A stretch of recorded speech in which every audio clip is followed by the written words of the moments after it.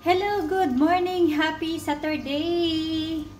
Ngayon, nagagawa pala ako ng turon. Ayan, nagagawa ako ng turon, pero yung wrapper ko, hindi siya yung lumpia.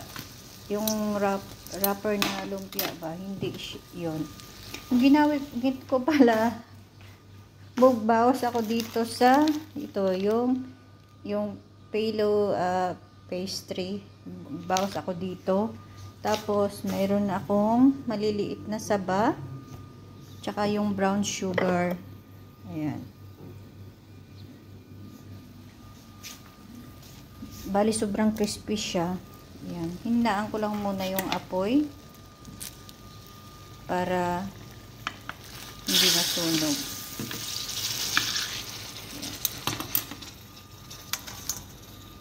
Sobrang crispy siya, oh. Nigyan ko siya ng kutsara dito kasi nga patayuin ko.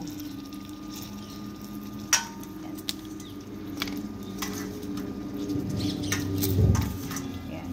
Yan. Hindi na nakatayo. Yan siya.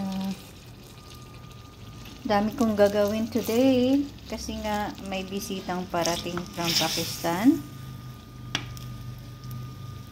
Kaya daming lulutuin yung aking hugasin. Ito pala yung leftover na ginawa ko today na vegetable salad. Yan. Ito yung menu for today. Italian style lamb cutlets. Gagawa pa ako ng French toast. Si Zane at si Amar is tulog pa. Bali si Amo masok na sa work. Yan. O, diba? Ito siya.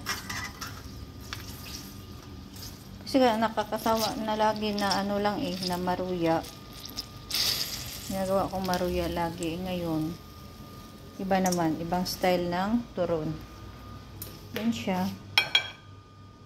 Ilagay ko muna dito. Ito siya.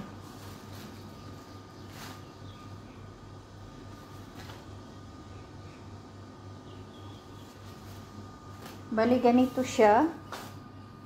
Tapos, cut ko siya ng 4 na pinutupi ko dito. Tapos, ikakat ko siya sa gitna.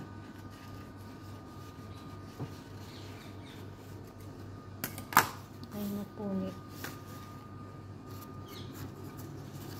Pwede nga din pala ito.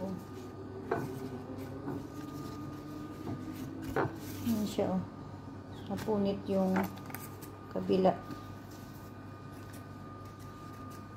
Pwede rin pala siyang gawing 6. Yan. Ito siya, oh. Yan ang paggawa ko, oh. Bali, yung saging, na-slice ko na siya.